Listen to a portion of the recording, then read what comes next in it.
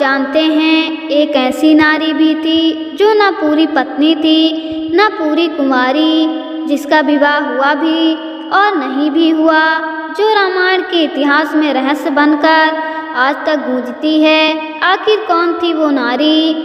क्यों उसे कहा गया आधी ब्याही और आधी कुमारी? आज हम सुनेंगे उस रहस्यमयी कथा को जो भगवान श्री राम के समय में घटित हुई थी और जिसमें छिपा है धर्म त्याग और प्रेम का अद्भुत संदेश। प्राचीन अयोध्या नगरी में जब भगवान श्री राम का राज्याभिषेक होने वाला था, तब समस्त ब्रह्मांड में आनंद का वातावरण था।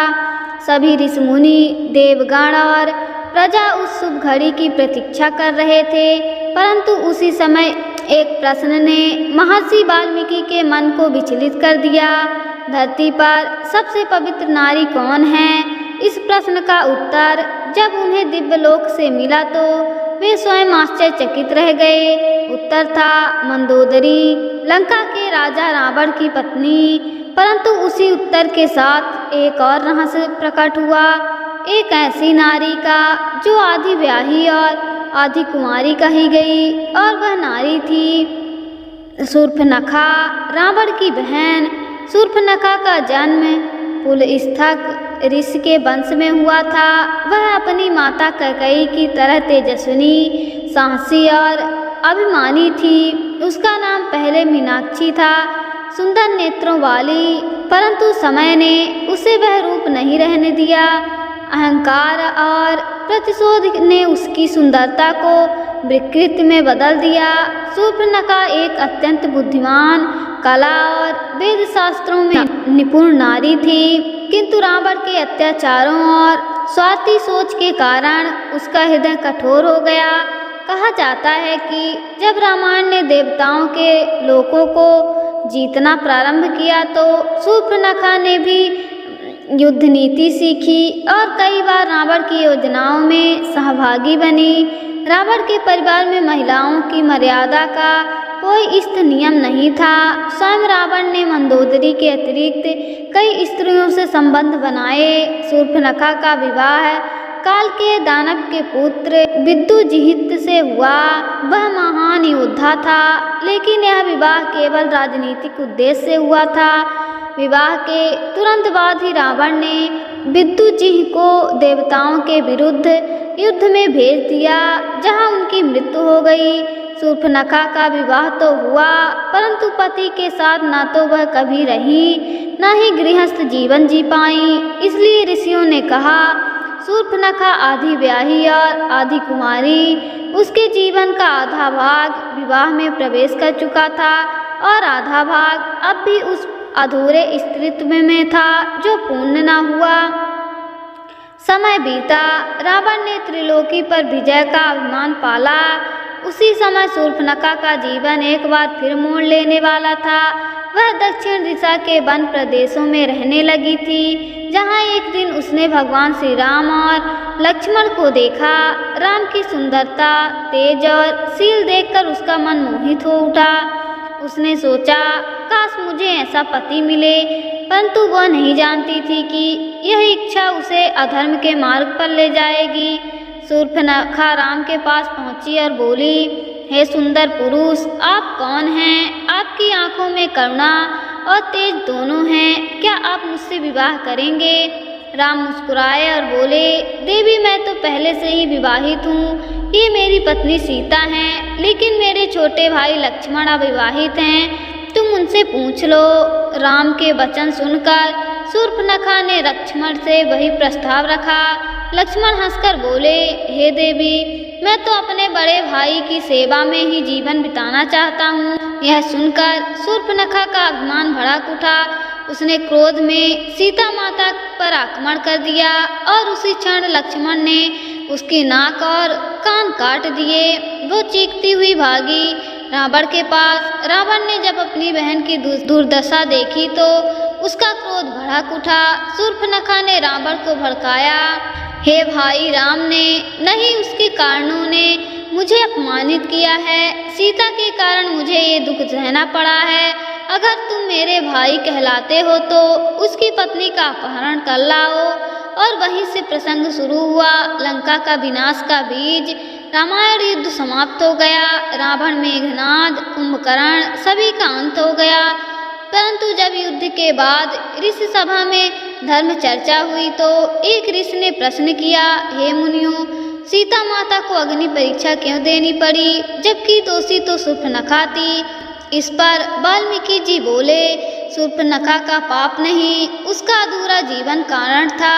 वह आधी ब्याही थी, आधी कुंवारी। उसके भीतर एक अधूरी स्त्री का रोष था जिसे समाज ने कभी समझा नहीं। लंका के विनाश के बाद समुद्र के पास जब सीता माता का अग्नि परीक्षा द्वारा पुनर्स्थापन हुआ तब समस्त देवता प्रसन्न थे। परंतु उस क्षण दूर एक वन के चोर पर शूर्पणखा एक शिला पर बैठी अपने कर्मों का विलाप कर रही थी। उसकी आंखों से आंसू बह रहे थे, पर उसके भीतर पश्चाताप की ज्वाला जल रही थी। काश मैं उस दिन अपने अहंकार को रोक लेती। काश मैंने रावण और लक्ष्मण के तेज को पहचाना होता तो न रावण मरता, न लंका जलती और न मैं अपने जीवन को श्राप देती। वह कई दिनों तक जंगलों में भटकती रही, भोजन त्याग दिए, शरीर कृश हो गया। फिर एक दिन उसे एक तपस्वी ऋषि मिले, अत्रि मुनि। उन्होंने देखा कि एक स्त्री करुणा से रो रही है। उन्होंने पूछा, देवी तुम कौन हो, क्यों व्यथित हो? शूर्पणखा बोली, मुझे कोई देवी मत कहो, मैं राक्षसी हूँ। मैं वही हूँ जिसने धर्म के घर में अधर्म बोया। मेरे कारण लंका जली, मेरे कारण नारी की मर्यादा पर कलंक लगा। अत्रि मुनि ने ध्यानपूर्वक कहा, नारी केवल पाप से नहीं पश्चाताप से भी परिभाषित होती है। तुम्हारा शरीर राक्षसी हो सकता है, पर तुम्हारी आत्मा देवत्व की और लौटना चाहती है। इन शब्दों ने शूर्पणखा के मन को बदल दिया। वह अत्रि मुनि के आश्रम में रहकर सेवा करने लगी। वह रोज प्रातः काल नदी से जल लाकर मुनि के यज्ञ में अर्पित करती। वह किसी से बात नहीं करती थी, बस एक ही प्रार्थना दोहराती, हे प्रभु राम, मैं अधूरी हूँ, मुझे पूरा कर दो, मेरे अधूरे जीवन को किसी अर्थ में बदल दो। वर्षों बीते, शूर्पणखा का राक्षसी रूप धीरे धीरे नष्ट होने लगा। उसके मुख में तेज झलकने लगा।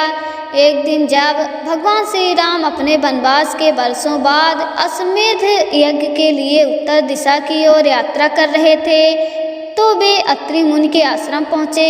वहाँ उन्होंने देखा एक तेजस्विनी स्त्री ध्यान में लीन है। राम ने अत्रि मुनि से पूछा, मुनिवर, ये कौन है जो ऐसी गहन तपस्या कर रही है? अत्रि बोले, प्रभु ये वही है जिसके कारण आपके जीवन में अग्नि परीक्षा का क्षण आया, परंतु अब ये अपने पाप से विमुख हो चुकी है। ये वही शूर्पणखा है। राम कुछ पल मौन रहे, फिर उन्होंने सीता की ओर देखा और कहा, देखो जानकी, ये वही है जिन्होंने हमारे प्रेम और मर्यादा को परखा था, परंतु आज ये भक्ति में रमा हुआ जीवन जी रही है। सीता माता आगे बढ़ी और उन्होंने शूर्पणखा के मस्तक पर करुणा से हाथ रखा। शूर्पणखा ने आंसू भरे नेत्रों से कहा, माता, मेरे पाप असीम हैं। मैंने आपके सुख में बाधा डाली, मेरे कारण आपका अपमान किया गया और मेरे कारण रावण का वंश मिट गया। मुझे क्षमा मत दीजिए, बस मेरे अधूरे जीवन का अंत कर दीजिए। सीता बोली, देवी, तुम्हें क्षमा मांगने की आवश्यकता नहीं, क्योंकि तुम्हारे कर्म ने ही रावण के धर्म की परीक्षा ली थी। तुम साधन थी, दोष नहीं। राम मुस्कुराए, शूर्पणखा, तुम अधूरी नहीं रही। तुम्हारा पश्चाताप ही तुम्हारा पुनर्जन्म है। आज से तुम तपोवती देवी कहलाओगी। और उसी क्षण एक दिव्य प्रकाश शूर्पणखा के शरीर से निकला। उसकी राक्षसी आकृति विलीन हो गई और वह स्वर्ण वर्णा तेजस्विनी रूप में बदल गई। उस समय ब्रह्मा जी प्रकट हुए और बोले, शूर्पणखा, तुम्हें अधूरी कहा गया था, क्योंकि तुम्हारा विवाह तो हुआ पर प्रेम अधूरा रहा। आज भगवान श्री राम और सीता की कृपा से तुम्हें पूर्णता प्राप्त हुई है।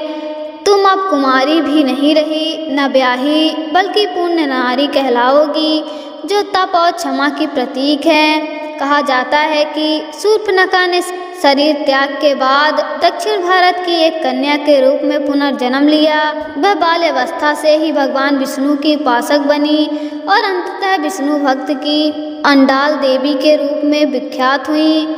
इस प्रकार वह नारी जिसने एक युग में अधर्म को जन्म दिया, अगले युग में भक्ति की देवी बन गई। महर्षि वाल्मीकि ने अपने शिष्यों से कहा, शूर्पणखा कोई साधारण नारी नहीं थी, वह उस नारी का प्रतीक थी जिसे समाज ने समझा नहीं, जिसका प्रेम अधूरा रह गया, पर जिसने अंततः अपनी आत्मा को ईश्वर को समर्पित कर दिया। इसलिए धर्म ग्रंथों में उसे आधी ब्याही और आधी कुमारी कहा गया है, क्योंकि उसका जीवन अधूरा नहीं बल्कि दो भागों में विभाजित एक पूर्णता था।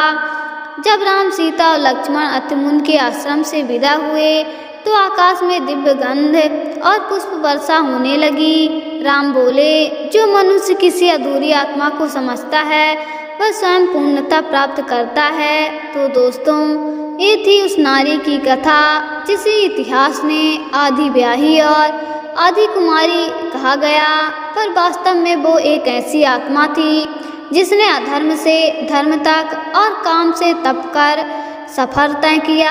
अगर आपको ये कथा अच्छी लगे तो लाइक करें, शेयर करें और अपने विचार कमेंट में लिखें। और हाँ, हमारे ज्ञान धर्म चैनल को सब्सक्राइब करना ना भूलें, क्योंकि यह हर कहानी छूती है दिल को और जगाती है आत्मा को। जय श्री राम।